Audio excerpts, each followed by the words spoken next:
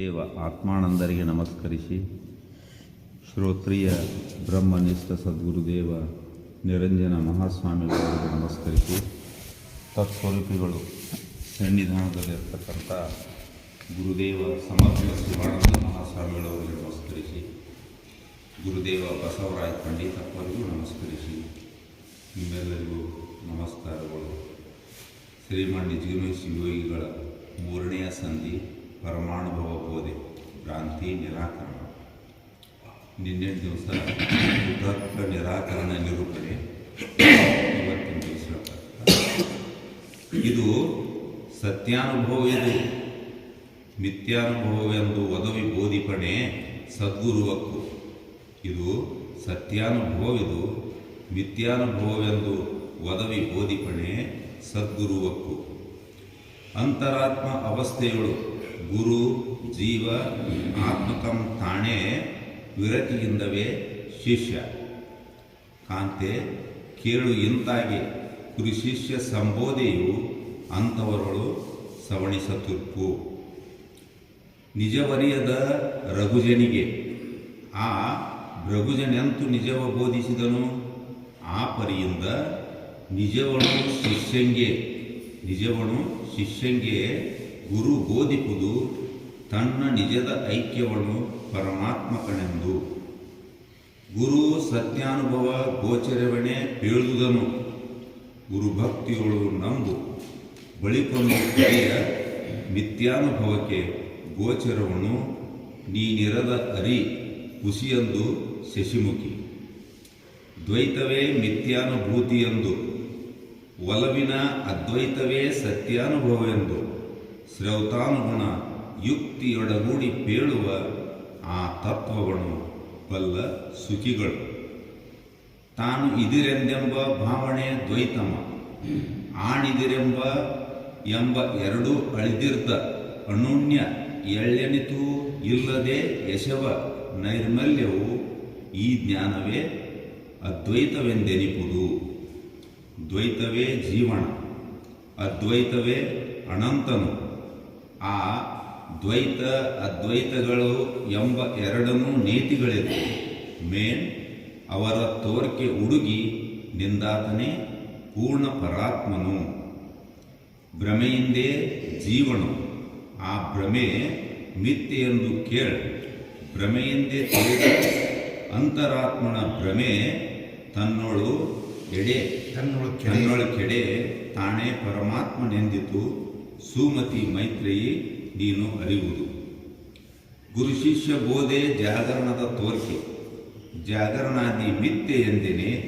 ಮತ್ತೆ ಗುರು ಶಿಷ್ಯ ಬೋಧೆಗಳಿಗೂ ನಿಜವೊಪ್ಪವೇ ಸರಸಿ ಜಾನನೆ ಕಲ್ಪಿತವೇ ನೋಡು. ಕಣಸಿನ ಅಂಗಣೆಯ ಸಂಗತಿಯಿಂದೆ ತಥ್ಯವೆಂದೆನೆ. ವೀರ್ಯ ಪತನಾದಿ ಅಹುದಂತೆ ವಣಿತೆ ಕೇಳ್. ಗುರು ಶಿಷ್ಯ ಬೋಧೆ ಕಲ್ಪಿತಮಾಗಿ ಜನಿಸುವ ನಿಜಮುಕ್ತಿಯದು ಸತ್ಯ. ಸತ್ಯಾನುಭವ ನಿರೂಪಣೆ ಸೂತ್ರ. ಇದು ಸತ್ಯಾನುಭವವಿದು ಮಿಥ್ಯಾನುಭವವೆಂದು ಒದವಿ ಬೋಧಿಪಣೆ ಸದ್ಗುರುವನ್ನು.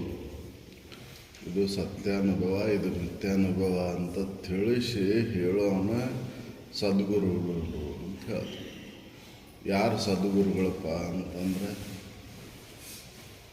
ಏನಾರ ಹೇಳೋರು ಸದ್ಗುರುಗಳಲ್ಲ.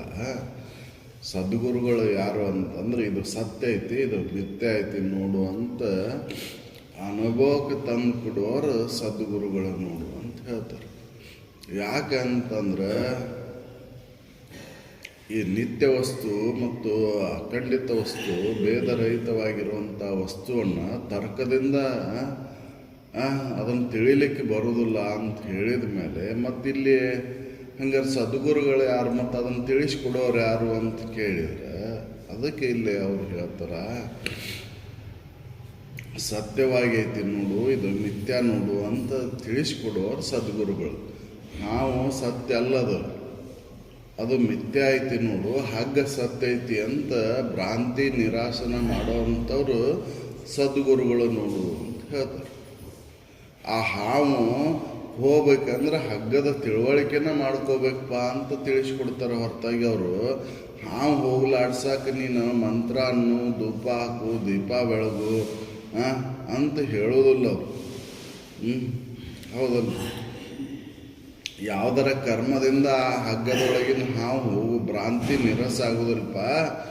ಹಗ್ಗದ ತಿಳುವಳಿಕೆಯನ್ನು ಮಾಡಬೇಕು, ಯಥಾರ್ಥ ತಿಳುವಳಿಕೆಯನ್ನು ಮಾಡಬೇಕು. ಅಂದ್ರೆ ಅದು ಹಗ್ಗ, ಆ ಹಗ್ಗದೊಳಗಿರುವಂಥ ಹಾವು ಭ್ರಾಂತಿ ನಿರಸ ಆಕೈತಿ.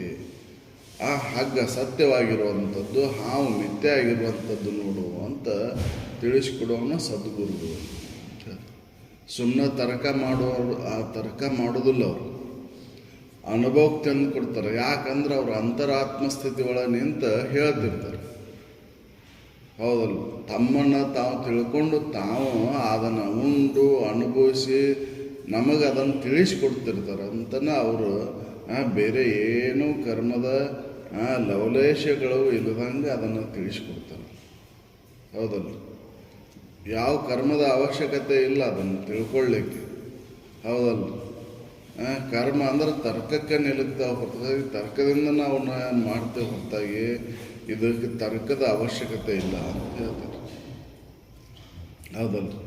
ತರ್ಕ ಮಾಡೋದ್ರಿಂದ ಇದು ನಿಲ್ಕೋದಿಲ್ಲ. ಅದಕ್ಕೆ ಅದನ್ನು ಅನುಭವಕ್ಕೆ ತಂದು ಕೊಡೋರು ಯಾರು ಅಂದ್ರೆ ಸದ್ಗುರುಗಳು. ಸದ್ಗುರುಗಳು ಅಂದ್ರೆ ಅವರು ಈ ರೀತಿಯಾಗಿ ಹೇಳ್ತಾರೆ ನೋಡು ಅಂತ ಹೇಳ್ತಾರೆ. ಯಾರು ಹಂಗಾರೆ ಸದ್ಗುರುಗಳನ್ನು ಹೆಂಗೆ ಇರ್ತಾರ ಅಂತಂದ್ರೆ ಅವರು ಅಂತರಾತ್ಮ ಸ್ಥಿತಿ ಒಳಗಿರ್ತಾರ. ಮತ್ತು ಯಾರಿಗೆ ತಿಳಿಸ್ಕೊಡ್ತಾರ ಅಂತಂದ್ರೆ ಎಲ್ಲರಿಗೂ ತಿಳಿಸ್ಕೊಡ್ತಾರೆ ನೋರು ಅಂತಂದ್ರೆ ಇಲ್ಲ. ಯಾವ ಜೀವಭಾವದಿಂದ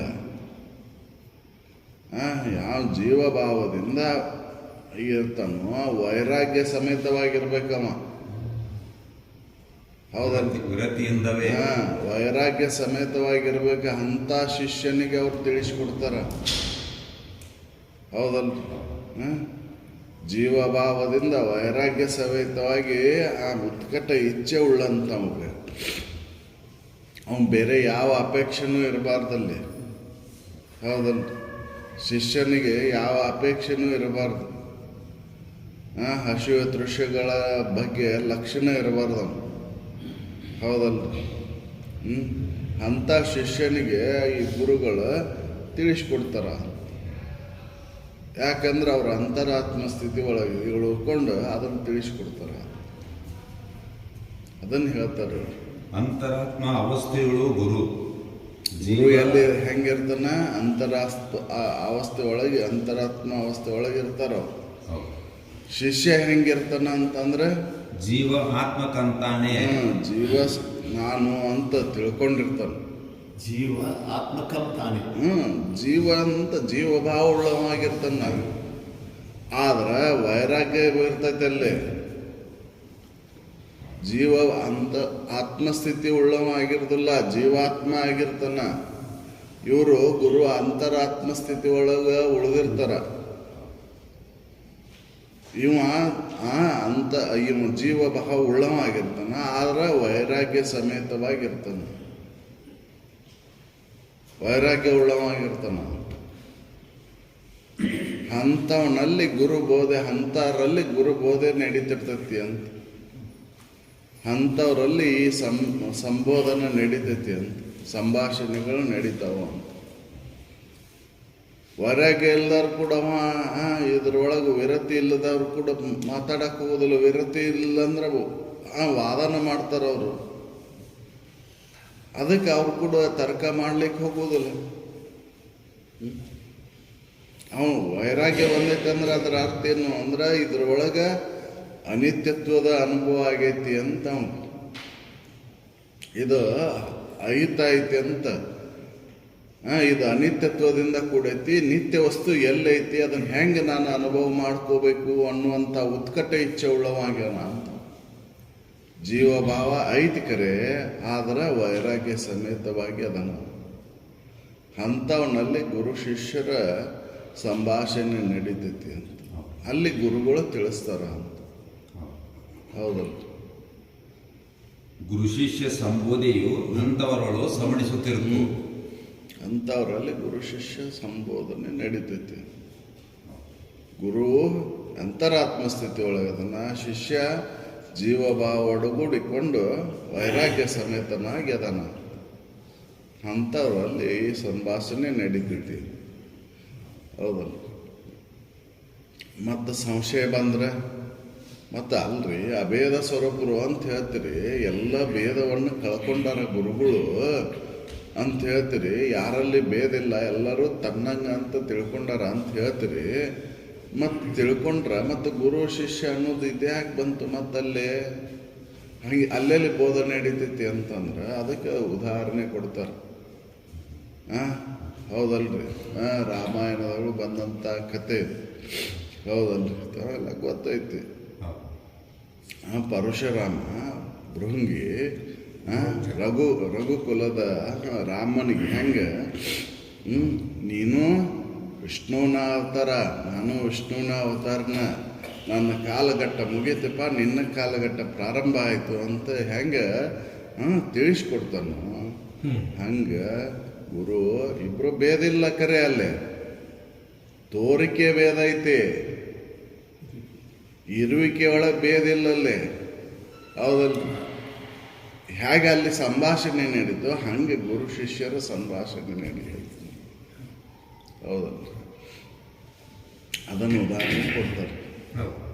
ಇಲ್ಲಿ ಹೆಂಗೆ ಭೇದದೊಳಗೆ ಹೆಂಗೆ ಸಂಭಾಷಣೆ ನಡೀತೈತ್ರಿ ಅಂತಂದ್ರೆ ಗುರು ತಿಳಿದಾನಲ್ಲ, ಭೇದ ರಹಿತದಾನವ, ಅವನಲ್ಲಿ ಸಂಭಾಷಣೆ ಹೆಂಗೆ ನಡೀತೈತಿ ಅಂತಂದ್ರೆ ಅದಕ್ಕೆ ಉದಾಹರಣೆ ಇದನ್ನು ಕೊಡ್ತಾರೆ.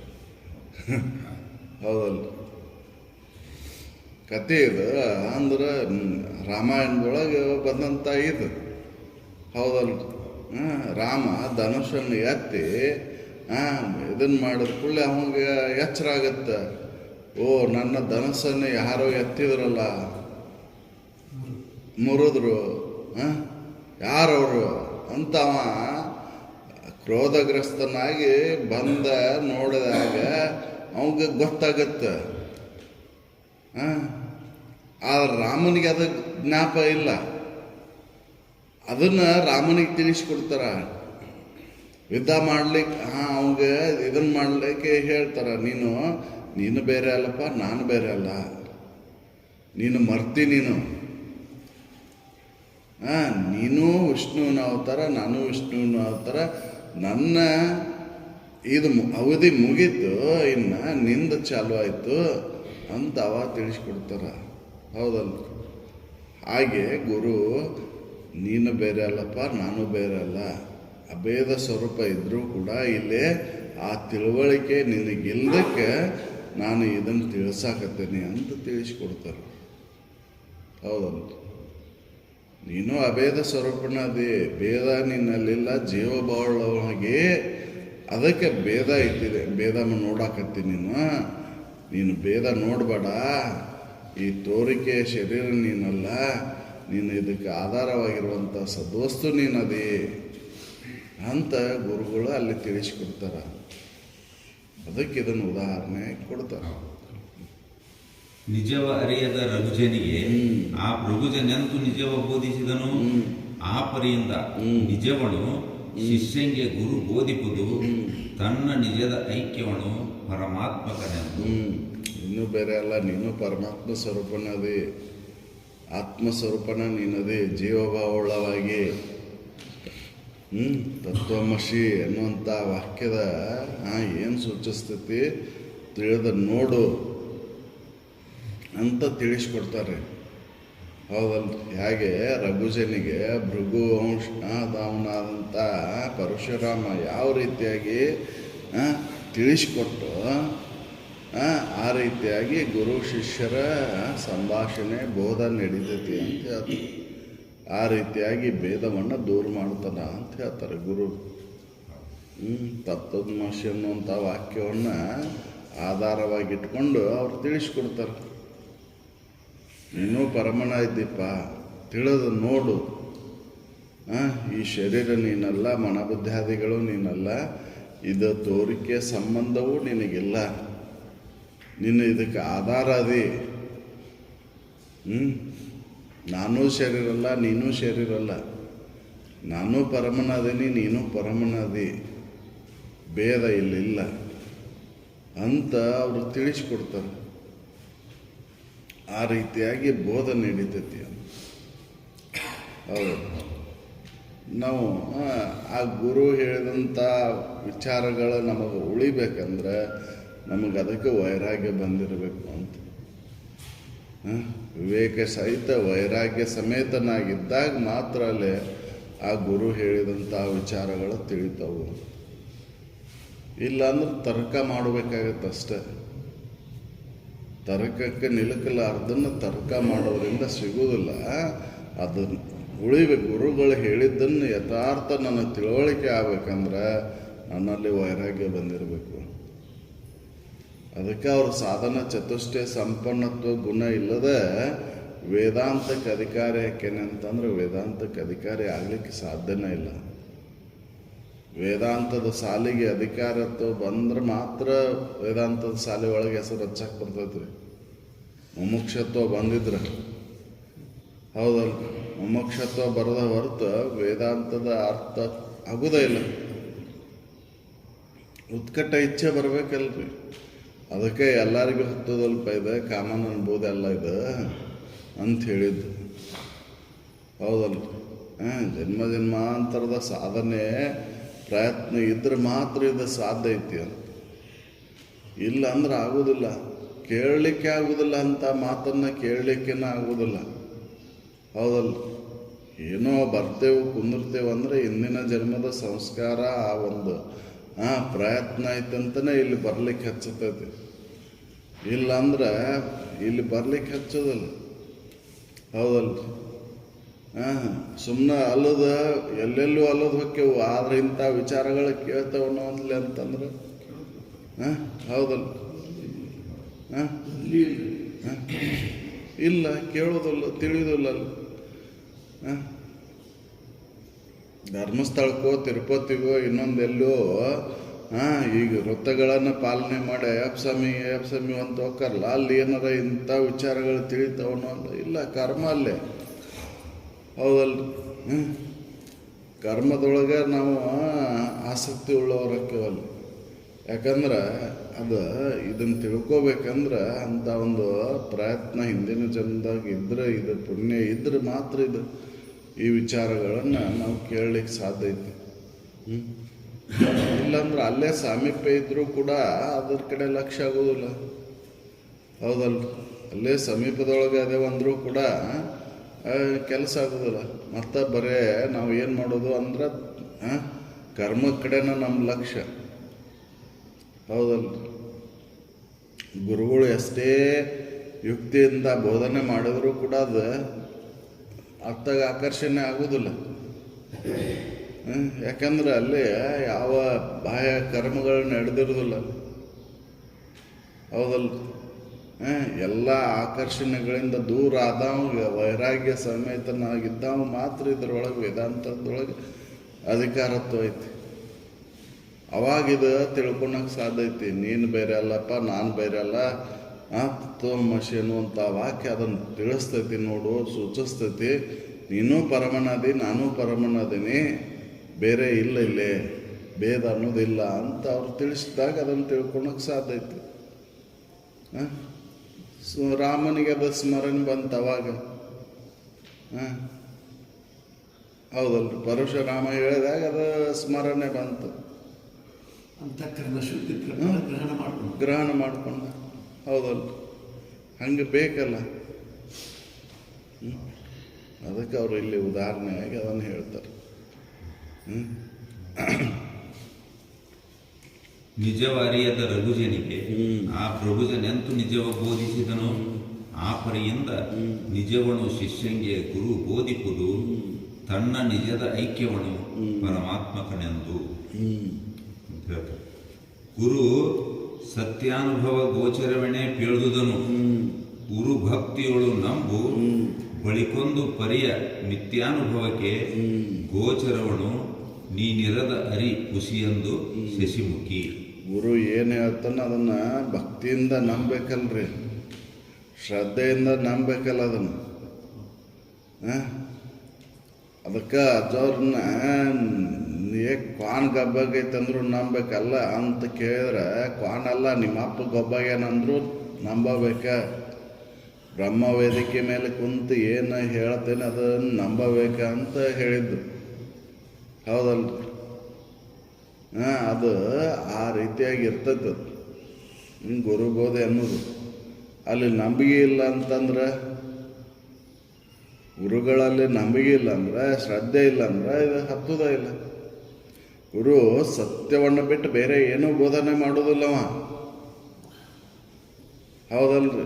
ಅವ ಏನ ಬೋಧನೆ ಮಾಡ್ಯಾನಂದ್ರೂ ಅದು ಸತ್ಯನ ಇರ್ತೈತಿ ಅಂತ. ಸತ್ಯ ಬಿಟ್ಟು ಬೇರೆ ಏನೂ ಹೇಳೋದಿಲ್ಲ ಗುರು. ಆದ್ರೆ ಅವ್ನು ಏನ ಬೋಧನೆಯನ್ನು ಹೇಳ್ಯಾನಂದ್ರೂ ಕೂಡ ಅದು ಸತ್ಯನೇ ಇರ್ತೈತಿ. ಅದಕ್ಕೆ ನಂಬು. ಗುರು ಭಕ್ತಿಯೊಳಗೆ ನಂಬಿದಾಗ, ಹೌದಲ್ಲ, ಶ್ರೇಷ್ಠವಾದಂಥ ಶ್ರದ್ಧೆ ಭಕ್ತಿಯನ್ನು ಇಟ್ಕೊಂಡಾಗ ಮಾತ್ರ ನಾನು ಪರಮನಾದೇನಂತ ತಿಳ್ಕೊಳ್ಳೋಕೆ ಸಾಧ್ಯ ಐತಿ. ಗುರು ಸತ್ಯವನ್ನು ಬಿಟ್ಟು ಬೇರೆ ಏನೂ ಹೇಳೋದಿಲ್ಲ. ಹೌದಲ್ರಿ? ನೋಡ್ರಿ, ಎಲ್ಲ ನಮ್ಮ ಋಷಿ ಮುನಿಗಳು ನಮ್ಮ ಸತ್ಯವನ್ನು ಬೋಧಿಸ್ಯಾರ. ಯಾರೂ ನಮಗೆ ಸುಳ್ಳನ್ನು ಹೇಳಿಲ್ಲ. ಹೌದಲ್ರಿ? ಎಷ್ಟು ನಮ್ಮ ಋಷಿ ಕುಲಗಳೆಲ್ಲವೂ ಅದಾವು, ಅವೆಲ್ಲರೂ ಸತ್ಯವನ್ನು ಬೋಧಿಸ್ಯಾರ, ಹೊರತಾಗಿ ಸುಳ್ಳನ್ನು ಹೇಳಿಲ್ಲ. ಅವರು ನೀ ಪರಮನಾದಿ ಅಂತ ಹೇಳ್ಯಾರ. ನೀನು ಗಣ್ಯವಾಗಿ ಇನ್ನೊಂದು ದೇವ್ರ ಐತಿ ಅಂತ ನೋಡಲಿಕ್ಕೆ ಹೋಗಬೇಡ. ನೀನ ದೇವ್ರದಿ, ನೀನ ಪರಮಾತ್ಮದಿ. ಇದೆಲ್ಲ ಭೇದ ರೂಪದಿಂದ ತೋರಿದರೂ ಕೂಡ ಇದರೊಳಗೆ ಆಧಾರವಾಗಿ ಸತ್ಯ ಒಂದೇ ಐತಿ ನೋಡು ಅಂತಲೇ ಹೇಳ್ಯಾರ. ಹೌದಲ್ಲ? ಸತ್ಯದ ಆಧಾರದ ಮೇಲೆ ಇದು ಭ್ರಾಂತಿ ಆಗೈತಿ. ಅಧಿಷ್ಠಾನದ ಆಧಾರದ ಮೇಲೆ ಭ್ರಾಂತಿ ಆಗೈತಿ. ಆ ಭ್ರಾಂತಿ ಕಳ್ಕೋಬೇಕಂದ್ರೆ ಸತ್ಯ ಅನುಭವದಿಂದ ನೋಡು ಅಂತಲೇ ಹೇಳ್ಯಾರ. ಹೌದಲ್ಲ? ಅವ್ರು ಬೇರೆ ಏನೂ ಹೇಳಿಲ್ಲ. ಆ ಅಧಿಷ್ಠಾನದ ತಿಳುವಳಿಕೆಯನ್ನು ಮಾಡ್ಕೊಳಕ್ಕೆ ನೀ ಅದನ್ನು ಮಾಡು ಇದನ್ನು ಮಾಡು ಅಂತ ಹೇಳಿಲ್ಲ ಅವರು. ಹೌದಲ್ಲ? ತಿಳುವಳಿಕೆನ ಮಾಡ್ಕೊ ಅಂತ ಹೇಳ್ಯಾರ ಅವರು. ಹೌದಲ್ಲ? ಕರ್ಮವನ್ನು ನಂಬೇಡ ಅಂತ ಹೇಳಿದ್ರು. ನಂಬೋ ಜ್ಞಾನವನ್ನೇ ಕರ್ಮವೆಂಬ ಜಾಲದಲ್ಲಿ ಸಿಲುಕಿ ಹಂಬಲಿಸಿದರು ಮುಕ್ತಿ ಬಯಸಿ ಮನುಜನ ಅಂತ ಹೇಳ್ಯಾರ ಅವರು. ಮತ್ತೆ ಹೇಳ್ಯಾವಲ್ರಿ ವೇದಗಳ ಮೊದಲೇ ಅದು ಪೂರ್ವ ಪಕ್ಷದೊಳಗೆ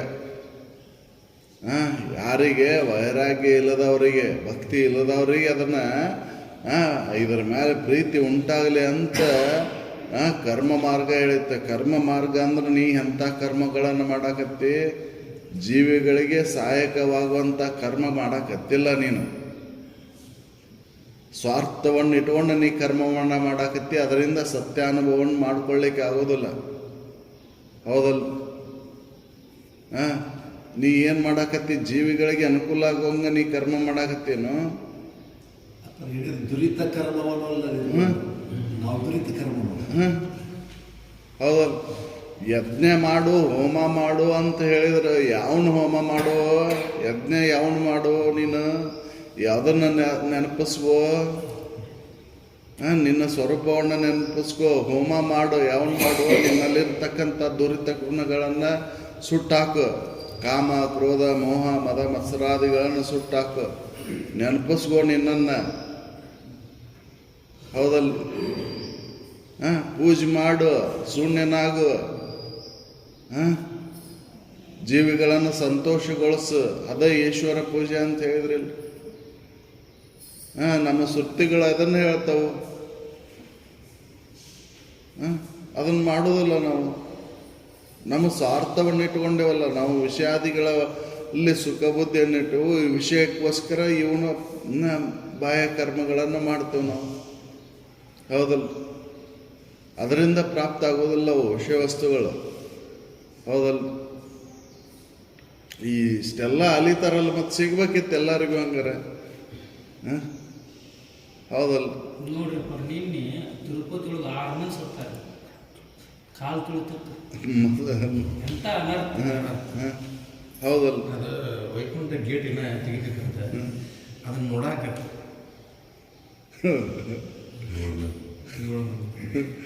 ಮತ್ತೆ ಏನಾಗ್ಬೇಕು? ಹೌದಲ್ಲ? ಸುಮ್ಮನೆ ಶರೀರ ವ್ಯರ್ಥ. ಶರೀರನೂ ವ್ಯರ್ಥ ರೀ. ಮತ್ತೆ ಅಲ್ಲೇ ಅದು ಸತ್ಯವಸ್ತು ಇದ್ರೆ ಕಾಪಾಡಬೇಕಿತ್ತಲ್ಲೇ. ತಿಳ್ಬೇಕಿದೆ.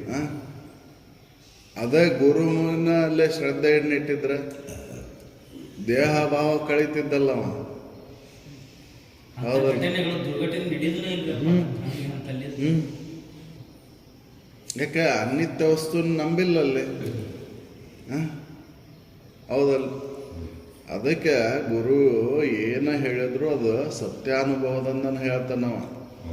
ಅಲ್ಲಿ ಶ್ರದ್ಧೆಯನ್ನಿಡು, ನಂಬಿಕೆಯನ್ನಿಡು. ಗುರು ಭಕ್ತಿಗಳು ನಂಬಿದಾಗ ಗುರು ಹೇಳಿದ್ದನ್ನು ತಿಳ್ಕೊಳ್ಳಿಕ್ಕೆ ಸಾಧ್ಯ ಐತಿ. ಅಲ್ಲಿ ಶ್ರದ್ಧೆನೇ ಇಲ್ಲ ಅಂತಂದ್ರೆ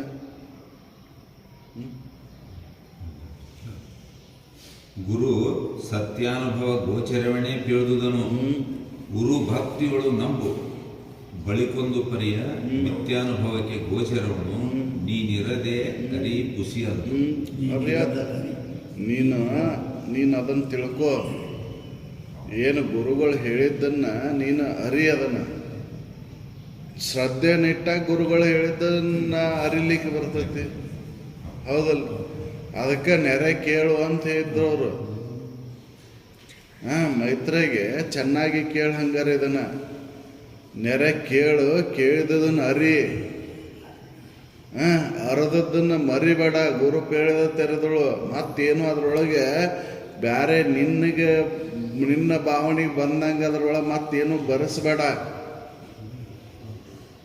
ಗುರುಗಳು ಏನು ಹೇಳ್ಯಾರ ಅದನ್ನ ನಂಬು, ಅದನ್ನ ಅರಿ. ಅದರೊಳಗೆ ಮತ್ತೆ ಏನು ಬೆರೆಸಿ ಮತ್ತೆ ಮರೆಯಕ್ಕೆ ಹೋಗ್ಬೇಡ ಅದನ್ನ.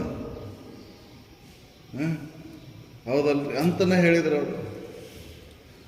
ನೆರೆ ಕೇಳು, ಕೇಳಿದದನ್ನೇ ಅರಿದದನ್ನು ಮರೆಯಬೇಡ. ಗುರು ಪೇಳ್ದ ತೆರೆದಳು. ಗುರು ಯಾವ ರೀತಿ ಹೇಳ್ಯಾರ ಅದೇ ರೀತಿಯಾಗಿ ನೀನು ಅದನ್ನು ತಿಳ್ಕೊ. ಅದರೊಳಗೆ ಮತ್ತೆ ಬೇರೆ ನೀನು ಬೆರೆಸಕ್ಕೆ ಹೋಗ್ಬೇಡ. ಹೌದಲ್ಲ? ಅವಾಗ ವಿಷಯದ ಅಪೇಕ್ಷೆ ಎಳ್ಳು ಕಾರಣಷ್ಟು ಉಳಿದಿಲ್ಲ.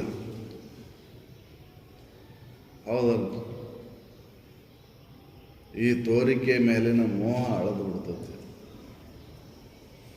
ನಾವು ಅದನ್ನು ನಂಬಿಲ್ಲಲ್ಲ, ಗುರುವಾಣಿಗಳನ್ನು ನಂಬಿಲ್ಲ. ಗುರು ಅವ ಸತ್ಯಾನುಭವವನ್ನು ಬಿಟ್ಟರೆ ಬೇರೆ ಏನು ಹೇಳೋದಿಲ್ಲ. ಹೌದಲ್ಲ? ಯಾಕಂದ್ರೆ ಅವಂಗೆ ಅಪೇಕ್ಷೆನೇ ಇಲ್ಲ. ಅವನು ತೋರಿಕೆ ಯಾವ ಅಪೇಕ್ಷೆನೂ ಗುರುವಿಗಿಲ್ಲ. ಹೌದಲ್ಲ? ಅದಕ್ಕೆ ನಿನ್ನೆ ಹೇಳಿದ್ರಲ್ಲ, ಯಾವ ಪ್ರಶಸ್ತಿ ಸನ್ಮಾನಗಳ ಅವಶ್ಯಕತೆ ಅವನಿಗಿಲ್ಲ. ಸನ್ಮಾನಗಳ ಪ್ರಶಸ್ತಿಗಳ ಅಪೇಕ್ಷೆ ಇದ್ದ ಅವ ತರ್ಕವನ್ನು ಮಾಡ್ತಾನೆ. ಅವಿಗೆ ಯಾವ ಅಪೇಕ್ಷೆನೇ ಇಲ್ಲಲ್ಲ. ಅವನು ತರ್ಕದಿಂದ ಅದನ್ನು ಇದನ್ನು ಮಾಡಕ್ಕೆ ಹೋಗೋದಿಲ್ಲ. ಅವ ತನ್ನ ನಿಜವನ್ನು ತೋರಿಸ್ಕೊಡಕ್ಕೆ ಹೋಗೋದಿಲ್ಲ. ಎಲ್ಲರೊಡನೆ ಒನ್ನೊಟ್ಟು ಸಂಚರಿಸ್ತಿರ್ತಾನೆ. ತನ್ನ ಕುರುಹು ತೋರದೆ, ತರ್ಕಿಸದೆ. ಹೌದಲ್ಲ? ಎಲ್ಲರೂ ಕೂಡ ಇದ್ದಿಲ್ದಂಗೆ ಇರ್ತಾನವ. ಹೌದಲ್ಲ? ಅವ ಸತ್ಯವನ್ನು ಬಿಟ್ಟರೆ ಬೇರೆ ಏನು ಹೇಳೋದಿಲ್ಲ. ಅಂಥ ಗುರುವಿನಲ್ಲಿ ಭಕ್ತಿಯಿಂದ ಚೆನ್ನಾಗಿ ಶ್ರದ್ಧೆಯಿಂದ ನಾವು ಇದ್ರೆ ಮಾತ್ರ ಅದು ನನ್ನನ್ನು ಅರಿಲಿಕ್ಕೆ ಸಾಧ್ಯ ಐತಿ. ಯಾಕೆ ಅವನು ಹೇಳಿದ್ದು ನನ್ನ ಕುರಿತಾದಂಥದ್ದು, ತನ್ನ ನಿಜವನ್ನು ಕಂಡು ಉಂಡು ಅನುಭವಿಸಿ ಆ ವಿಚಾರಗಳನ್ನು ಹೇಳ ನಾವು. ನೀನ ಸತ್ಯವಸ್ತು ಅದಿ ನೋಡಪ್ಪ, ಅದನ್ನು ಅನುಭವದಿಂದ ನೋಡ್ಕೊ ಅಂತ ಹೇಳ್ತಾನೆ ನಾವು. ನಿನಗೆ ಅನ್ಯವಾಗಿ ಸತ್ಯವಸ್ತು ಇಲ್ಲ. ಹೌದಲ್ಲ? ಅಂತ ತಿಳಿಸ್ತಾನೆ ನಾವು. ನಿನ್ನೊಳಗೆ ನೋಡ್ಕೊ, ಅದನ್ನು ಅನುಭವದಿಂದ ಕಾಣು ಅಂತ.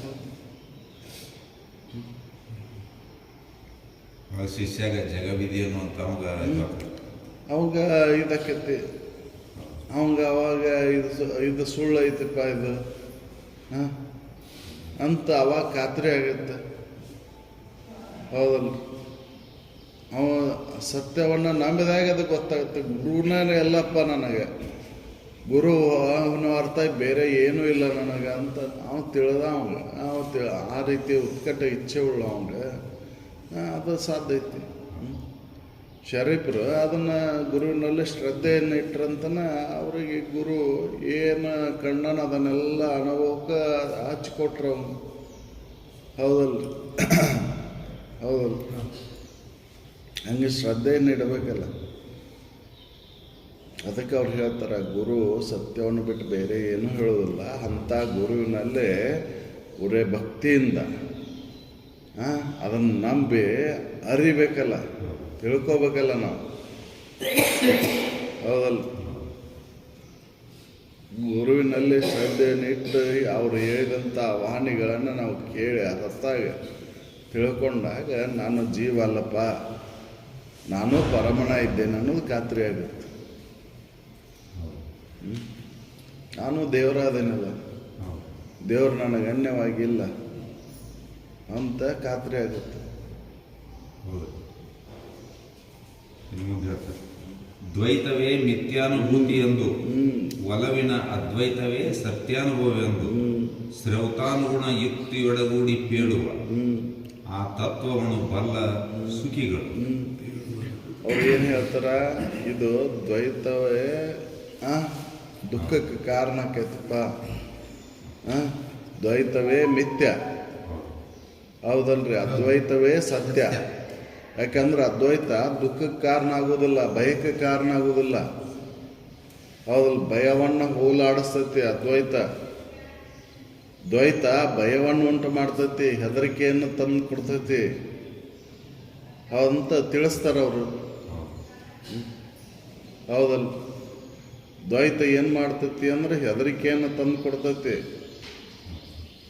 ಹೌದಲ್ರಿ. ಅದ್ವೈತ ಹೆದರಿಕೆಯನ್ನು ದೂರ ಮಾಡ್ತೈತಿ.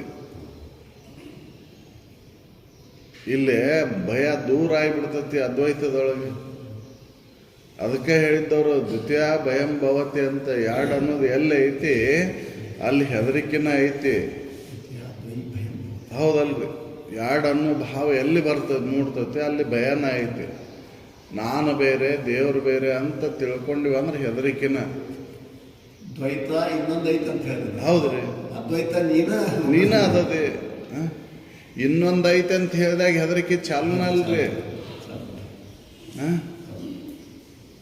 ಇದನ್ನ ಗುರು ನಿರಾಕರಣೆ ಮಾಡ್ತಾನ, ದ್ವೈತವನ್ನ ದೂರ ಮಾಡ್ತಾನ, ಅದ್ವೈತವನ್ನ ಗಟ್ಟಿಗೊಳಿಸ್ತಾನ ಯುಕ್ತಿಯಿಂದ, ಹೌದಲ್ಲ. ಯುಕ್ತಿಯಿಂದ ಅವ ಏನು ಹೇಳ್ತಾನ, ಅಧಿಷ್ಠಾನ ಸ್ವರೂಪನ ನೀನದಿಪ್ಪ, ಅಧಿಷ್ಠಾನ ಸ್ವರೂಪ ನೀನದಿ ಅಂತ ತಿಳಿಸ್ಕೊಡ್ತಾನ, ಹೌದಲ್ರಿ. ಅಧಿಷ್ಠಾನ ಹಗ್ಗ ಐತಿ ನೋಡು, ಹಗ್ಗದೊಳಗೆ ನೀನು ಹಾವಿನ ಭ್ರಾಂತಿ ಆಗೈತಿ, ದ್ವೈತ ಭಾವವನ್ನು ತಾಳಿ ನೀನು, ಅದಕ್ಕೆ ಹೆದರಿಕೆ ಆಗಕತ್ತೈತಿ. ಅವ ಗುರು ಏನು ತಿಳಿಸ್ಕೊಡ್ತಾನ, ಅಧಿಷ್ಠಾನನ ನೀನದಿ ನೋಡಪ್ಪ, ಆಧಾರನ ನೀನದಿ ಅಂತ ತಿಳಿಸ್ಕೊಡ್ತಾನ. ಅಲ್ಲಿ ಹೆದರಿಕೆ ಹೋಗಿಬಿಡ್ತೈತಿ, ಹೌದಲ್ಲ. ಅದಕ್ಕೆ ಎರಡು ಅನ್ನೋದು ಎಲ್ಲೈತಿ, ದ್ವೈತ ಅದು ದುಃಖಕ್ಕೆ ಕಾರಣಕ್ಕೈತಿ, ಭಯಕ್ಕೆ ಕಾರಣಕ್ಕೈತಿ. ಅದ್ವೈತ ಅನ್ನೋದು ಭಯ ನಿವಾರಣೆ ಮಾಡ್ತೈತಿ. ಅದಕ್ಕೆ ದ್ವೈತವೇ ಮಿಥ್ಯಾನುಭವ, ಅದ್ವೈತವೇ ಸತ್ಯಾನುಭವ ಅಂತ ಯುಕ್ತಿ ಒಳಗೂಡಿ ತಿಳಿಸ್ಕೊಡೋಣ ಸದ್ಗುರುಗಳು. ಅದನ್ನು ತಿಳ್ಕೊಂಡು ನಾವು ಅಂತ ಒಂದು ವಿವೇಕ ವೈರಾಗ್ಯ ಸಮೇತನಾಗಿದ್ದಾಗ ಅದು ತಿಳಿತೈತಿ. ಶ್ರೌತಾನುಗುಣ ಯುಕ್ತಿಯೊಡಗೂಡಿ ಶ್ರುತಿ ಪ್ರಮಾಣಕ್ಕನುಸಾರವಾಗಿ ಅವನು ತಿಳಿಸ್ಕೊಡ್ತಾನೆ, ಹೌದಲ್ಲ. ಕೇಳೇ ತಿಳ್ಕೊಳ್ಳೋದು, ಹೌದಲ್ಲ. ಕೊಡಕ್ಕೆ ಬರೋದಿಲ್ಲ, ಹೌದಲ್ಲ. ಭಯ ನಿವಾರಣೆ ಮಾಡ್ಬೇಕಂದ್ರೆ ಹೇಳಿದಾಗ ಅದು ಭಯ ನಿವಾರಣೆ ಆಕೈತಿ. ಶ್ರೋತ್ರಿಯತ್ವದಿಂದ ಅನುಭವದಿಂದ ಅವನು ತಿಳಿಸ್ಕೊಡ್ತಾನ, ಯುಕ್ತಿಯಿಂದ ಕೇಳುವವರಿಗೆ ಅವ ಅಯುಕ್ತಿಯಿಂದ ಅವನು ಪ್ರಮಾಣಬದ್ಧವಾಗಿ ಅವನು ತಿಳಿಸ್ಕೊಡ್ತಾನ. ಅಪರ ಒಂದು ನಮ್ಮ ಪ್ರತಿ ಅನುಭವನು ತೂರಿನ ಅನುಭವ ಹೋಗಲ್ಲ, ಆದ್ರೆ ನಮ್ಮ ಬುದ್ಧಿ ಭ್ರಾಂತಿಯಿಂದ ಅವರ ಅನುಭವ ಇದ್ರ ಅನುಭವ ಅಂತ ನಾವು ತಿಳ್ಕೊಳ್ಳೋದು. ಹೌದು, ನಿಮ್ಮ ಸ್ವರೂಪದ ಆಧಾರದ ಮೇಲಿನ ಅನುಭವ. ಇದೆಲ್ಲವೂ ಭ್ರಮೆಯಿಂದ ನಾವು ಬೇರೆ ಅಂತ ತಿಳ್ಕೊಂತೇವೆ. ಅದಕ್ಕೆ ಭ್ರಾಂತಿ ನಿರಸನ ಅಂತ ಹೇಳ್ತಿಲ್ಲ. ಇದರೊಳಗೆ ಈ ಒಂದು ಮೂರನೇ ಸಂಧಿ ಒಳಗೆ ಪೂರ್ಣ ಭ್ರಾಂತಿ ನಿರಾಕರಣೆನ ಮಾಡ್ತಾರವ್ರು. ಭ್ರಾಂತಿ ನಿರಸದ ಬಗ್ಗೆನ ಹೇಳ್ತಾರೆ, ತಪ್ಪು ತಿಳುವಳಿಕೆ ದೂರ ಮಾಡ್ಕೊಳಕ, ಹೌದಲ್ಲ. ನಿಮ್ಮ ಸ್ವರೂಪದ ಮರವೆಯಿಂದ ಇದೆಲ್ಲ ನಡೆದೈತಿ. ಸ್ವರೂಪದ ತಿಳುವಳಿಕೆಯನ್ನು ಮಾಡಿಕೊಂಡಾಗ ದುಃಖ ಅನ್ನೋದು ದೂರ ಆಕೈತಿ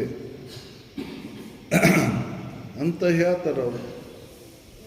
ಅದಕ್ಕಿಲ್ಲಿ ದ್ವೈತವೇ ನಿತ್ಯ. ನಿತ್ಯ. ಹಾಂ ಹೌದಲ್ರಿ. ಎರಡು ಅನ್ನೋದು ಸುಳ್ಳು ಐತಿ.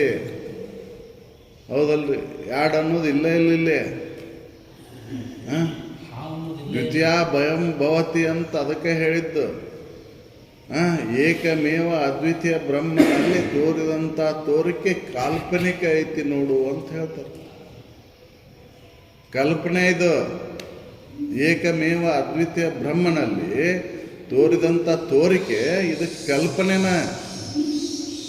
ಏಕ ಏವ ಅದ್ವಿತೀಯ ಅಂದ್ರೆ ಒಂದದ, ಎರಡು ಅನ್ನೋದು ಇಲ್ಲೇ ಅಂತ ಈ ಯುಕ್ತಿಗಳಿಂದ ತಿಳಿಸ್ಕೊಡ್ತಾನ ಗುರು. ಏಕಂದ್ರು ಒಂದ, ಏವಂದ್ರು ಒಂದ, ಅದ್ವಿತೀಯ ಅಂದ್ರೆ ಒಂದ, ಅದ ಬ್ರಹ್ಮವಸ್ತುನ ನೀನಿದಿ ನೋಡು ಅಂತ ತಿಳಿಸ್ಕೊಡ್ತಾನ. ಆ ಬ್ರಹ್ಮವಸ್ತುವಿನ ಆಧಾರ ಮೇಲಿದಂಥ ತೋರಿದಂಥ ತೋರಿಕೆಗಳು ಕಲ್ಪನೆನ ನೋಡು. ಭೇದಾಕಾರದಿಂದ ಇದು ತೋರಕತ್ತೈತಲ್ಲ, ಈ ತೋರಿಕೆ ಕಲ್ಪನೆ ನೋಡು.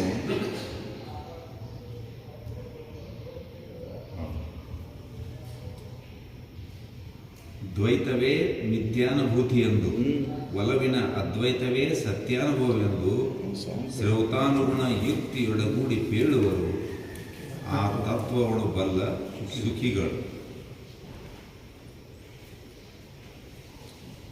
ತಾನು ಇದಿರೆಂದೆಂಬ ಭಾವನೆ ದ್ವೈತ, ಆಣು ಇದಿರೆಂಬ ಭಾವನೆ ಎರಡು ಅಳಿದಿರ್ದ ಅನುಣ್ಯವು ಎಳ್ಳೆಣಿತು ಇಲ್ಲದೆ ಯಶವ ನೈರ್ಮಲ್ಯ ಈ ಜ್ಞಾನವೇ ಅದ್ವೈತವೆಂದೆನಿಪುದು.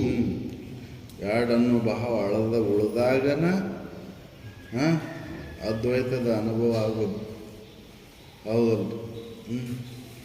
ತಾನು ಇದಿರೆಂಬ ಭಾವನೆ ದ್ವೈತ, ನಾನು ಬೇರೆ ಅದೇನೆ ಅಂತ ಹೇಳುದ ದ್ವೈತ. ನಾನು ಬೇರೆ ಅದೇನೆ ಅನ್ನೋದು ದ್ವೈತ.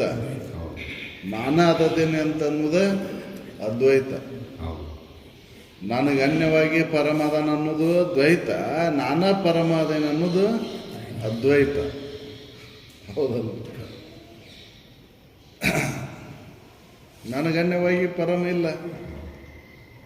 ಇದನ್ನ ನಮಗೆ ಆಡು ಭಾಷೆದಾಗ ಹೇಳಿದ್ರಲ್ರಿ, ಮಣ್ಣು ಬಿಟ್ಟು ಮಡಿಕೆಲ್ಪ, ನಿನ್ನ ಬಿಟ್ಟು ದೇವರಿಲ್ಲ ಅಂತ. ಹೌದಲ್ಲ. ಅದಕ್ಕೆ ನಿನ್ನೊಳಗೆ ಇರ್ತಿ ಸತ್ಯಪದ, ನೀ ಅದನ್ನು ಅನುಭವದಿಂದ ನೋಡು ಮನುಷ್ಯ ಅಂತ ಅದಕ್ಕೆ ಅವರ ಯುಕ್ತಿಗಳಿಂದ ನಮಗೆ ತಿಳಿಸ್ಕೊಡ್ತಾರ. ನೀ ಸತ್ಯವಸ್ತುನ ಅದೇ. ಸತ್ಯವಸ್ತು ಅನ್ನೋದ ನೀನು ಸತ್ಯವಸ್ತು ಅನ್ನೋದ ಅದ್ವೈತ. ನನಗೆ ಅನ್ಯವಾಗಿ ಸತ್ಯವಸ್ತು ಐತೆ ಅನ್ನೋದು ದ್ವೈತ. ಹೌದಲ್ಲ. ದ್ವೈತಿಗಳೆಲ್ಲರೂ ತನಗನ್ಯವಾಗಿ ಸತ್ಯವಸ್ತು ಐತೆ ಅಂತ ತಿಳ್ಕೊಂಡು ಅದನ್ನು ಸಾಕ್ಷಾತ್ಕಾರ ಮಾಡ್ಕೋಬೇಕು, ಅದನ್ನು ಕಾಣಬೇಕು ಅಂತ ಮಣ್ಣು ಮುಷಿ ನುಂಗಿ ಹೋದ್ರು ಅವರೆಲ್ಲರೂ. ಹೌದಲ್ಲ. ಅವ್ರಿಗೆ ಕೊನೆವರೆಗೂ ಅದು ಅನುಭವಕ್ಕೂ ಬರಲಿಲ್ಲ.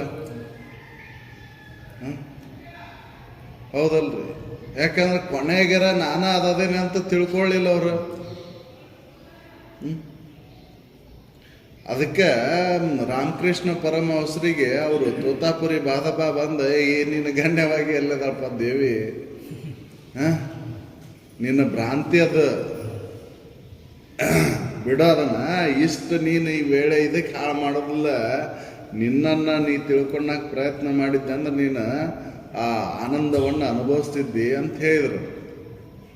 ಅವಾಗ ತಿಳುವಳಿಕೆ ಆಗಿ ಅದನ್ನು ಬಿಟ್ಟರು ಅವರು. ಇಲ್ಲ ಅಂದ್ರೆ ಮಾತಾ ಮಾತಾ ಮಾತಾ ಅನ್ಕೊಂತ ಕುಂತು ಬಿಟ್ಟಿದ್ರು. ಹೌದಲ್ಲ. ಇಲ್ಲ ನಿನಗೆ ಅನ್ಯವಾಗಿ ಎಲ್ಲೈತಿ. ಹೌದಲ್ರಿ. ನಿಮಗೆ ಅನ್ಯವಾಗಿ ಇದ್ದಾಗ ಹೆದರಿಕಿನ ಐತಿ. ಏನಾರ ಮಾಡಿ ಗಿಡಿತಲ್ಲ, ನಾ ಮಾಡ್ತಕ್ಕಂಥ ಈ ಇದ್ರೊಳಗೆ ಏನಾರ ಲೋಪಗಳ ಆದವು ಅಂದ್ರೆ ನನಗೆ ಏನಾರ ಮಾಡಿ ಗಿಡಿತಲ್ಲ ಅಂತನೂ ಒಂದು ಭಯನಾರ ಕಾಡಕ್ಕೆ ಚಾಲು ಮಾಡ್ತೈತಲ್ರಿ. ಹೋಗುದ ಇಲ್ಲದ. ಹೌದಲ್ರಿ. ಅದಕ್ಕೆ ದ್ವೈತ ಅನ್ನೋದು ಭಯವನ್ನು ಉಂಟು ಮಾಡ್ತೈತಿ ಅಂತ. ತಾನು ಇದರ ಅಂತ ತಿಳ್ಕೊಳ್ಳೋದು ದ್ವೈತ, ನಾನೇ ಅದದೇನೆ ಅಂತ ತಿಳ್ಕೊಳ್ಳೋದು ಅದ್ವೈತ. ಹೌದಲ್ಲ. ನನಗೆ ಅನ್ಯವಾಗಿ ಇಲ್ಲದ ಸತ್ಯವಸ್ತು, ನಾನೇ ಸತ್ಯವಸ್ತು ಅದನ್ನು, ಹೌದಲ್ಲ ಅಂತ ತಿಳ್ಕೊಂಡ ಭಯ ಇಲ್ಲ ಇಲ್ಲ. ಶರೀರ ನಾವಂತ ತಿಳ್ಕೊಂಡ ಭಯ ಐತಿ ನಮಗೆ. ನಾನು ಶರೀರ ಅಲ್ಲಪ್ಪ, ನಾ ಸತ್ಯವಸ್ತುನೇ ಅಂತ ತಿಳ್ಕೊಂಡಾಗ ಇದು ಇದ್ರೇನು ಹೋದ್ರೆ ಹೌದಲ್ಲ. ಇದಕ್ಕೆ ಆಧಾರವಾಗಿ ನಾನದೇನೆ, ಅನ್ಯವಾಗಿ ನಾನದೇನೆ. ಇದು ಇದ್ದಾಗ ಹೋದೇನೆ, ಇದು ಹೋದಾಗ ನಾನು ಇರ್ತೇನೆ. ಇದು ಬರೋಕಿನ ಪೂರ್ವದಲ್ಲಿ ನಾನಿದ್ದೆ, ಹೌದಲ್ಲ ಅಂತ ತಿಳ್ಕೊಂಡು ನಾವು ಭಯ ಎಲ್ಲೈತಿ.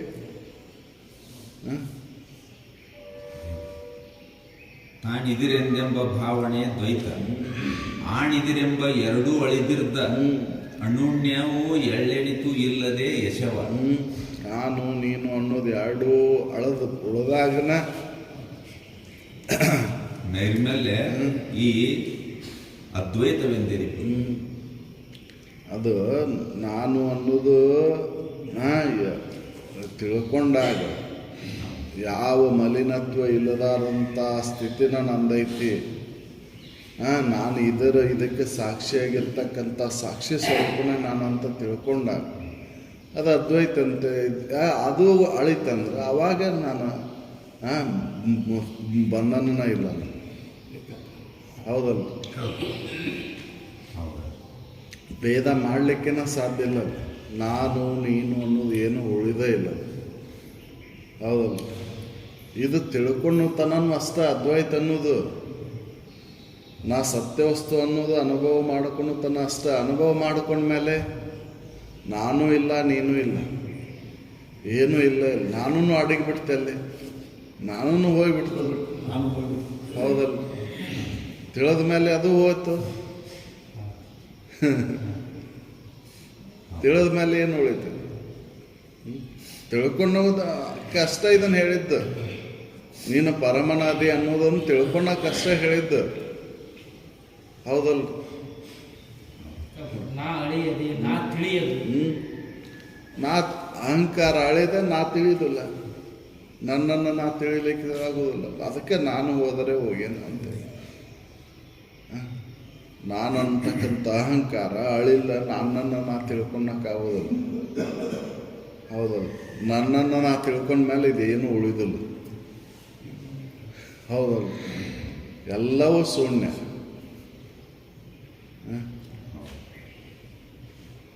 ಏನೂ ಇಲ್ಲ ಇಲ್ಲ ಎಂಬ ಎರಡೂ ಅಳಿದಿರ್ದ ಅನ್ಯೂನ್ಯತೆಯು ಎಳ್ಳೆಣಿತು ಇಲ್ಲದೆ ಯಶವ. ನೈರ್ಮಲ್ಯ ನೈರ್ಮಲ್ಯ ಅದು ಏನೂ ಉಳಿದ ಇಲ್ಲ ಅಲ್ಲೇ ಮನೆಗೆ. ಇನ್ನೊಂದು ತಿಳಿಲಿಕ್ಕೆ ಇನ್ನೊಂದು ಏನೂ ಉಳಿದಿಲ್ಲಲ್ಲ. ತಿಳಿಲಿಕ್ಕೆ ಇನ್ನೊಂದು ಏನೂ ಇಲ್ಲ ಇಲ್ಲ, ಹೌದಲ್ಲ. ಎಲ್ಲವೂ ಹೌದಲ್ಲ, ಎಲ್ಲವೂ ಬ್ರಹ್ಮಮಯ, ಭೇದ ಇಲ್ಲ ಇಲ್ಲ.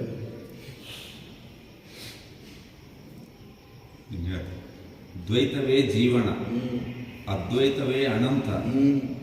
ಆ ದ್ವೈತ ಅದ್ವೈತಗಳು ಎಂಬ ಎರಡನೂ ನೀತಿಗಳಿದು. ಮೇನ್ ಅವರ ತೋರಿಕೆ ಹುಡುಗಿ ನಿಂದಾತನೇ ಪೂರ್ಣ ಪರಾತ್ಮನು. ಎರಡು ಅಳದು ಉಳಿದಾಗ ದ್ವೈತ ಜೀವ, ಅದ್ವೈತ ಅನಂತ ಪರಮ, ಹೌದಲ್ಲ. ಇವು ಎರಡು ಅಳದು ಉಳಿದಾಗ ಶ್ರೇಷ್ಠವಾದಂಥ ಸತ್ಯವಸ್ತು ಒಂದ ಉಳಿತಲ್ಲ, ಏನೂ ಇಲ್ಲ ಇಲ್ಲ, ಹೌದಲ್ಲ. ಏನೂ ಇಲ್ಲ ಇಲ್ಲ. ದ್ವೈತ ಸಂಕುಚಿತ ಕಿಂಚಿತ್ತತ್ವ ಅದು, ಹೌದಲ್ಲ. ಜೀವನ ಅದ ಜೀವ. ಯಾಕೆ ಈ ದೇಹ ಇಷ್ಟ ನಾನು ಅಂತ ತಿಳ್ಕೊಂಡು, ಹೌದಲ್ಲ. ಅದ್ವೈತ ವ್ಯಾಪಕತ್ವ ಅದು, ಹೌದಲ್ಲ. ಸರ್ವಜ್ಞತ್ವ, ಸಮಷ್ಟಿ ವ್ಯಷ್ಟಿ ಸಮಷ್ಟಿ ಅಂತ, ಹೌದಲ್ಲ. ಇವು ಎರಡು ಅಳದಾಗ ವ್ಯಷ್ಟಿನೂ ಅಳೈತಿ, ಸಮಷ್ಟಿನೂ ಅಳೈತಿ, ಪೂರ್ಣನ, ಹೌದಲ್ಲ. ಅಲ್ಲಿ ಭೇದ ಅನ್ನೋದು ಇಲ್ಲೇ ಇಲ್ಲ ಅಲ್ಲಿ. ನಾನು ನೀನು ಅನ್ನೋದು ಉಳಿದೇ ಇಲ್ಲ.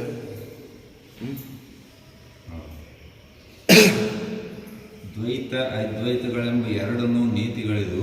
ಮೇಣವರ ತೋರಿಕೆ ಹುಡುಗಿ ನಿಂದಾತನೇ ಪೂರ್ಣಾತ್ಮ. ಪೂರ್ಣಾತ್ಮ, ಜೀವಾತ್ಮ, ಅಂತರಾತ್ಮ, ಪೂರ್ಣಾತ್ಮ. ಪೂರ್ಣಾತ್ಮ ಯಾರು ಅಂತಂದ್ರೆ ಇವೆರಡು ನಾನು ನೀನು ಅನ್ನೋದು ಉಳ್ದವ ಪೂರ್ಣಾತ್ಮ.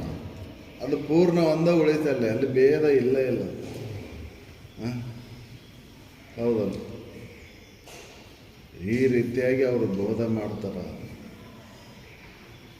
ದ್ವೈತವನ್ನು ಹೋಲಾಡಿಸಿ ಅದ್ವೈತವನ್ನು ಕೂಡ ಹೋಲಾಡಿಸ್ಬಿಡು. ಕೊನೆಗೆ ಏನು ಉಳಿತೈತಪ್ಪ ಅಂದ್ರೆ ಪೂರ್ಣನ, ಎಲ್ಲವೂ ಪೂರ್ಣನ ಐತಿ ನೋಡು ಇಲ್ಲಿ. ಬ್ರಹ್ಮವಸ್ತು ಅದು ಪೂರ್ಣ ಉಳ್ಳಂಥದ್ದು ಅಂತ ತಿಳಿಸ್ಬಿಡ್ತಾರೆ. ಜೀವನದ ಕ್ರಮ ದ್ವೈತದಾಗ ಐತಿ. ಹೌದ್ರಿ, ಜೀವನ ಅನ್ನೋದು ದ್ವೈತ. ಹೌದಲ್ಲ? ನಾನು ಅನ್ನೋದು ಇದೇನು ಅಹಂಕಾರ ಐತಲ್ಲ, ಇದು ದ್ವೈತನ. ಹೌದಲ್ಲ? ನಾನು ಅಂತ ಇನ್ನೊಂದು ಐತೆ ಅಂತ. ಹೌದಲ್ಲ? ನೀನು ಬಂದ ಬಿಡ್ತೈತೆ. ನಾನು ಅಂತಂದ್ರೆ ನೀನು ಬಂದ ಬಿಡ್ತೈತಲ್ಲಿ. ಹೌದಲ್ಲ? ನಾನು ಹೋತಂದ್ರೆ ನೀನು ಇಲ್ಲೇ ಇಲ್ಲ.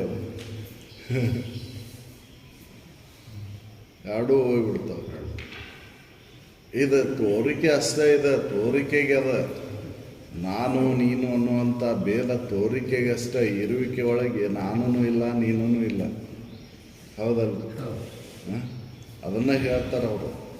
ಗುರು ಶಿಷ್ಯರ ಬೋಧೆ ಅದು ಜಾಗರಣದ ತೋರಿಕೆ. ಜಾಗರಣಕ್ಕಷ್ಟ ಸೀಮಿತ ಅದ. ಅಲ್ಲಿ ನಿಜದಲ್ಲಿ ಗುರುನೂ ಇಲ್ಲ, ಶಿಷ್ಯನೂ ಇಲ್ಲ. ಜಾಗರಣ ಸುಳ್ಳದ ಮೇಲೆ ಗುರು ಎಲ್ಲಿ ಶಿಷ್ಯ ಅದೇ ರೀ. ಜಾಗರಣದ ತೋರಿಕೆ ಮಾತ್ರ ಅದಷ್ಟೇ. ನಿಜದಲ್ಲಿ ಇದು ಇಲ್ಲೇ ಇಲ್ಲ, ಭೇದ ಇಲ್ಲೇ ಇಲ್ಲ. ಅಲ್ಲಿ ಜಾಗರಣದಾಗ ಮಾತ್ರ ಇದು ಎಚ್ಚರಿಕೆ ಅವಸ್ಥೆ ಒಳಗೆ ಭೇದ ಐತಿ.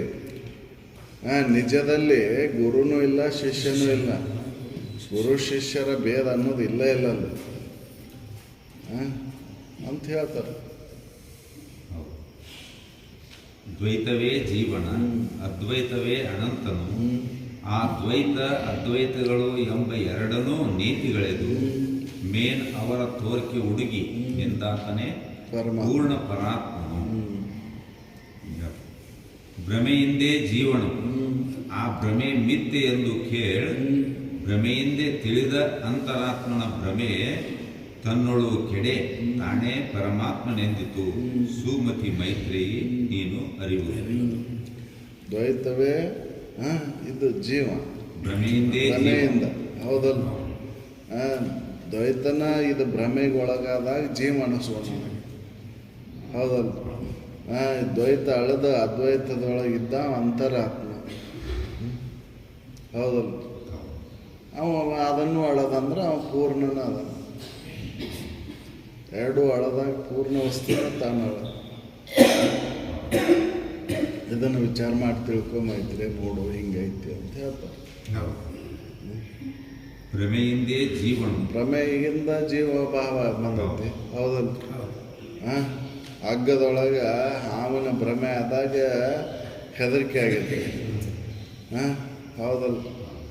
ಹಗ್ಗದ ತಿಳುವಳಿಕೆ ಆದಮೇಲೆ ಅದನ್ನು ಕೊಳ್ಳಾಗ ಹಾಕ್ಕೊಂಡು ಅಡ್ಡಾಡಕತ್ತ. ಅವಾಗ ಏನು ಮಾಡಲಿಲ್ಲ. ಹೌದಲ್ಲ? ಭ್ರಮೆ ಇದ್ದಾಗ ಹೆದರಿಕೆ ಆಗಿತ್ತು, ಸಮಯಕ್ಕೆ ಸಹಿತ ಹೋಗಿದ್ದಿಲ್ಲ. ಅದಕ್ಕೆ ದ್ವೈತ ಅನ್ನೋದ ಭ್ರಮೆ. ಹೌದಲ್ಲ?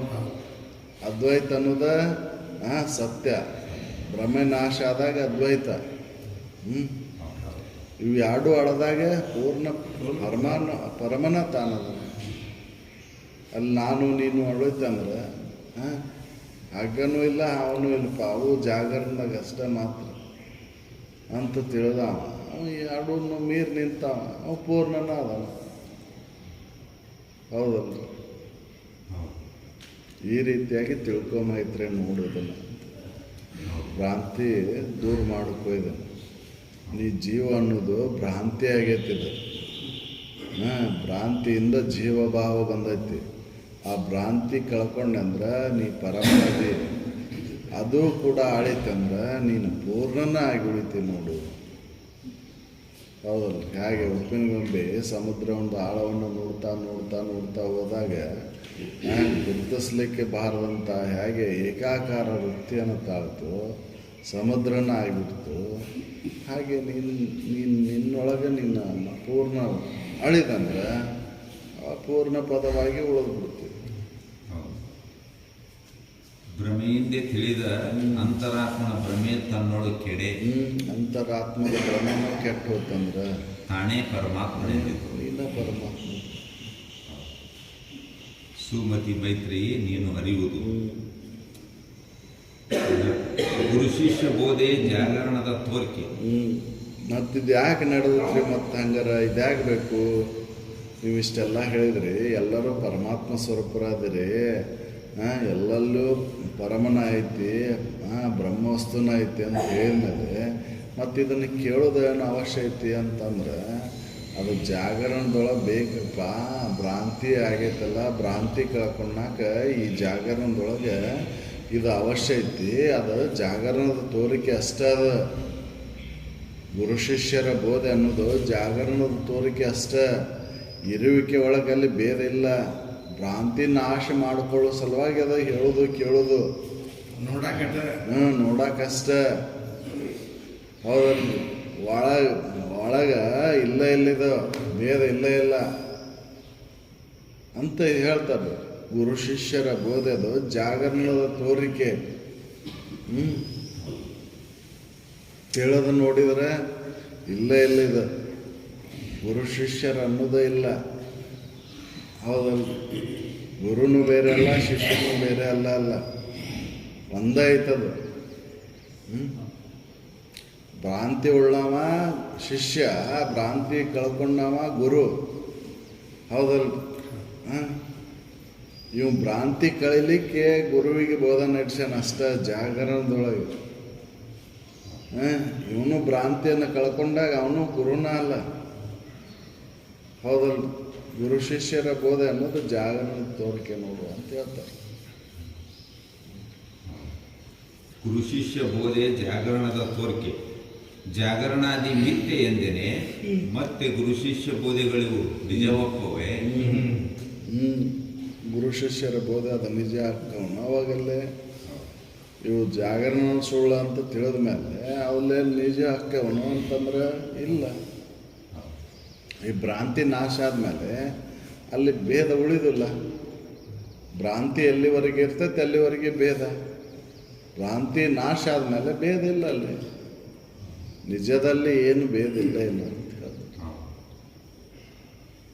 ಸರಸಿ ಜಾನನೆ ಕಲ್ಪಿತವೇ ನೋಡು. ಇದು ಕಲ್ಪಿತ ಐತೆ ನೋಡು. ಗುರು ಶಿಷ್ಯರ ಬೋಧೆ ಅನ್ನೋದು ಕಲ್ಪಿತ ಐತದೆ. ಭ್ರಾಂತಿ ಕಳ್ಕೊಳ್ಳಕ್ಕಷ್ಟೇ ಹೇಳಿದ್ದದು ಬೋಧೆ. ಭ್ರಾಂತಿ ಕಳ್ಕೊಳ್ಳಕ್ಕೆ ಬೋಧೆ. ಭ್ರಾಂತಿ ನಾಶ ಆಯ್ತಂದ್ರೆ ಒಂದೇ ಐತಲ್ಲಿ. ಗುರು ಬೇರೆ ಅಲ್ಲ, ಶಿಷ್ಯ ಬೇರೆ. ಅದು ಕಲ್ಪಿತ ನೋಡು ಅಂತ. ಇದು ಮೋಕ್ಷಕ್ಕೆ ಕಾರಣಕ್ಕೈತಿ ಅಂತ. ಗುರು ಶಿಷ್ಯರ ಬೋಧೆ ಅನ್ನೋದು ಬಂಧನದಿಂದ ಬಿಡುಗಡೆಗೆ ಕಾರಣ ಆಗುತ್ತೆ. ಹೌದಲ್ಲ?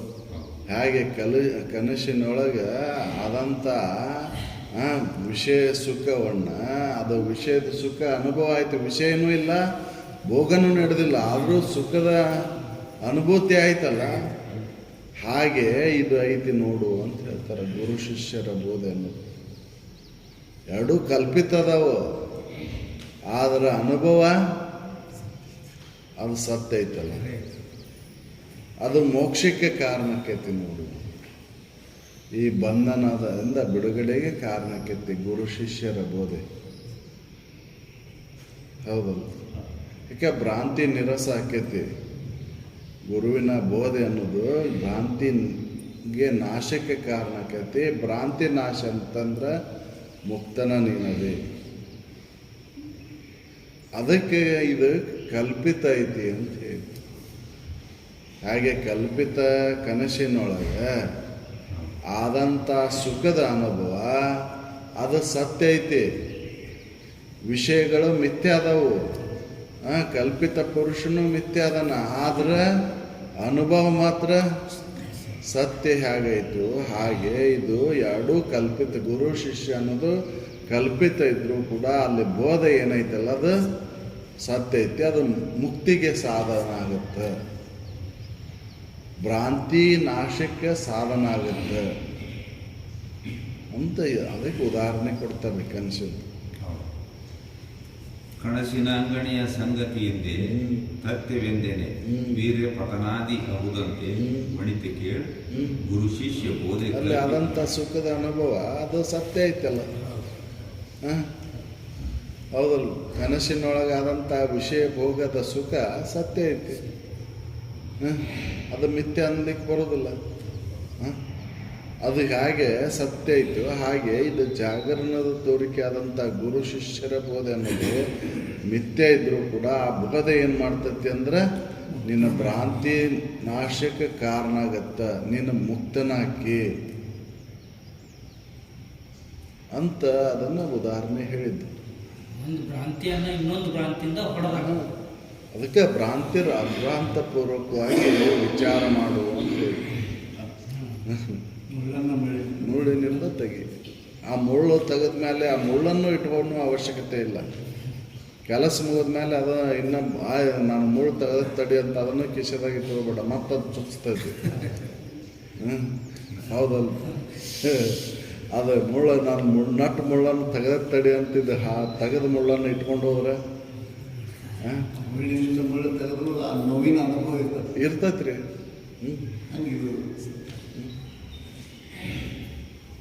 ಅದು ದೂರ ಅದನ್ನು ಅದಕ್ಕೆ ತೆಗೆದ ತಡಿ ಅಂತ ಅದನ್ನು ಜೋಪಾನ ಮಾಡೋಣ ಅಂತ ಇಟ್ಕೊಂಡು ಕಿಸೆದಾಗ ಇಟ್ಕೊಂಡು ಹೋದೆ ಅಂದ್ರೆ ಚುಚ್ತೈತಿ.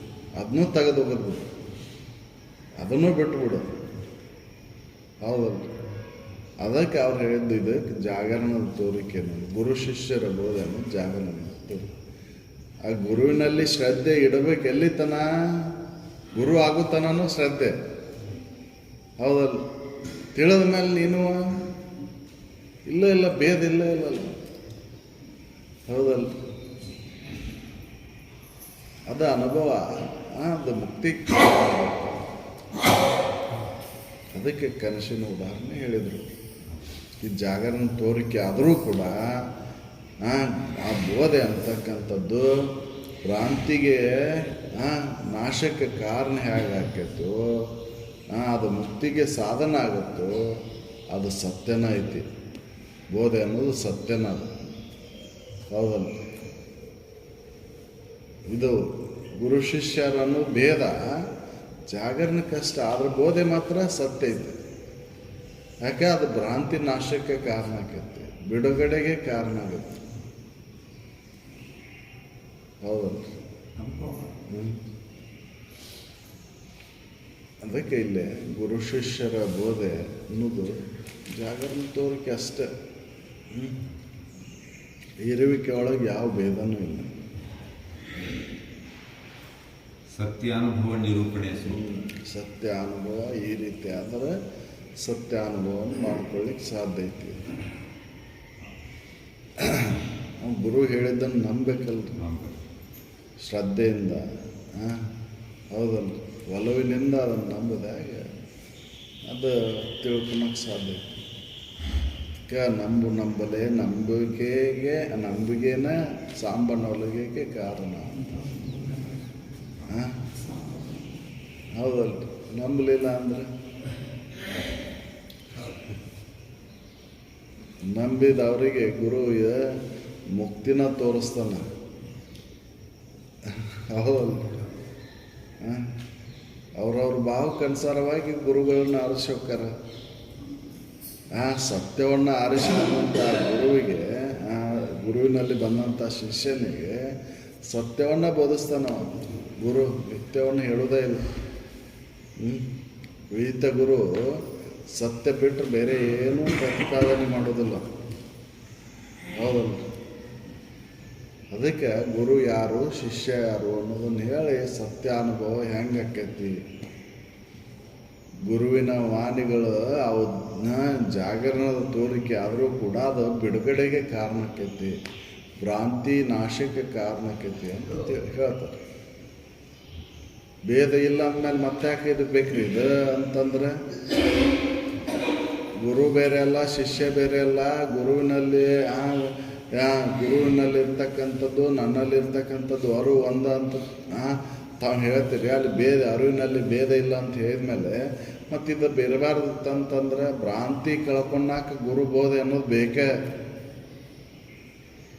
ಆ ಶರೀರಗಳು ಭೇದ ಐತೆ ಅಲ್ಲೇ, ಗುರು ಶಿಷ್ಯರ ಭೇದ ಐತೆ, ಅದು ಜಾಗರಣ ತೋರಿಕೆ. ಈ ಜಾಗರಣ ಸುಳ್ಳು ಐತಲ್ಲ, ಜಾಗರಣಕ್ಕೆ ಅಧಿಷ್ಠಾನವಾಗಿರುವಂಥ ಸದ್ವಸ್ತು ಒಂದೇ ಐತಿ.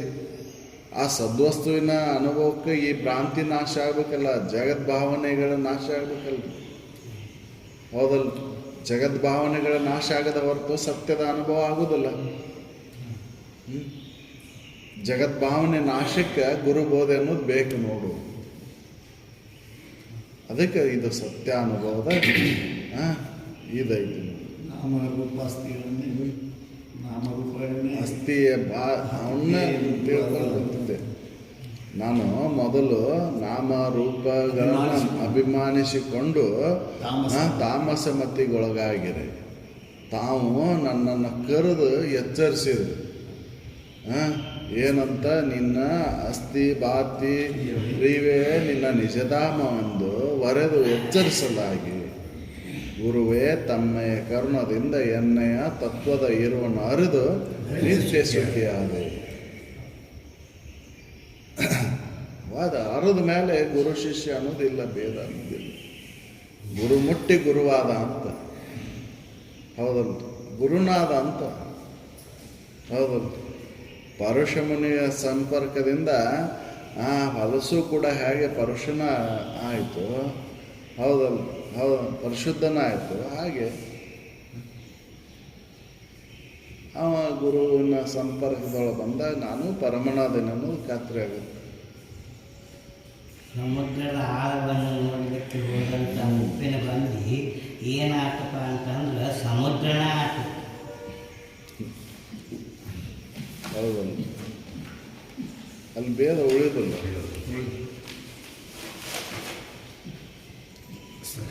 ಸಕಲ ಸಾಧು ಸಂತ ಸಕಲ ಸಾಧು